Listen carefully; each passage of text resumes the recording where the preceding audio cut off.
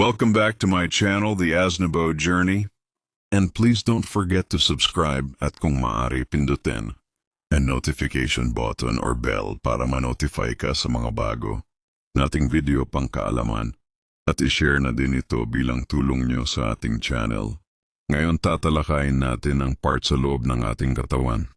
Narito ang mga pangunahing internal organs ng tao kasama ang kanilang mga function, mga napoproduce, at kung paano sila tumutulong sa pagpapaandar ng katawan. 1. Utak, brain. Function. Kontrolin ang lahat ng aktibidad ng katawan, kabilang ang pag-iisip, memorya, pandama at mga galaw. Mga napoproduce neurotransmitters, HALT, dopamine, serotonin. Paano nakakapagpaandar, nagpapadala ng signal sa buong katawan sa pamamagitan ng nervous system para sa mga voluntaryo at hindi voluntaryong galaw. 2. Puso, heart. Function. Magbomba ng dugo na nagdadala ng oxygen at nutrients sa buong katawan. Mga napoproduce. Walang direktang production. Ngunit naglalabas ito ng atrial, natriuretic peptide, hormone na tumutulong sa regulasyon ng presyon ng dugo. Paano nakakapagpaandar? Pinapanatili ang daloy ng dugo na nagbibigay ng enerhiya at oxygen sa mga organo, baga, lungs. Function. Magdala ng oxygen sa dugo at alisin ang carbon dioxide mula dito. Mga napoproduce, surfactant. Isang likido na tumutulong sa pagpapalawak ng baga.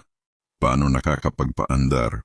Pinapagana ang respiration o paghinga para sa supply ng oxygen sa katawan. Liver. Function. Mag-filter ng dugo, magtanggal ng toxins, at mag-metabolize ng nutrients. Mga napoproduce bile para sa pagtunaw ng taba. Protina at clotting factors. Paano nakakapagpaandar? Tumutulong sa pagtunaw ng pagkain, metabolismo at detoxification. 5. Kidneys, bato. Function. Mag-filter ng dugo para alisin ng waste products at mag-regulate ng tubig at electrolytes. Mga napoproduce erythropoietin para sa produksyon ng red blood cells. Paano nakakapagpaandar? Nagpapanatili ng tamang balance ng tubig, asin at pH sa katawan. Stomach, tiyan. Function. Tumunaw ng pagkain gamit ang gastric acid at enzymes. Mga napoproduce gastric acid, pepsinogen, mucus. Paano nakakapagpaandar? Sinisimula ng proseso ng pagtunaw ng pagkain. Tiyan, intestines, bituka. Function. Small intestine. Tumutulong sa absorption ng nutrients.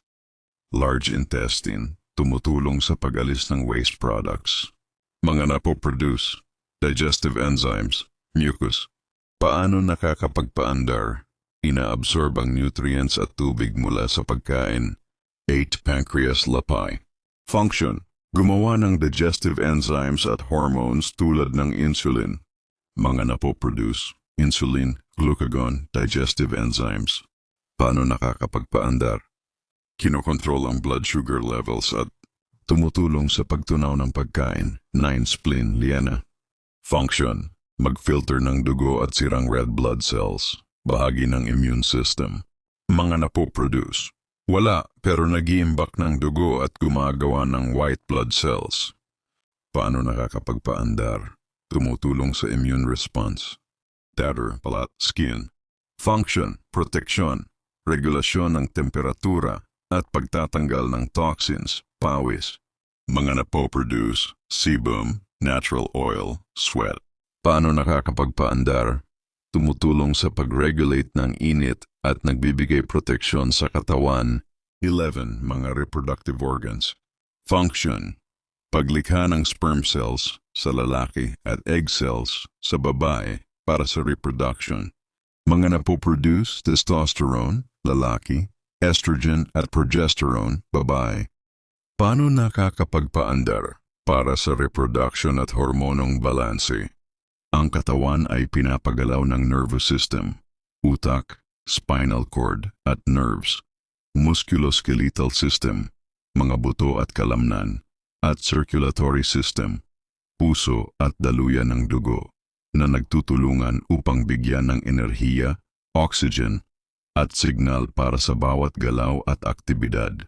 Kung kayo ay may mga katanungan o gustong malaman, maaring mag-comment down below at sisikapin nating masagot ito. Maraming salamat. See you in the next video.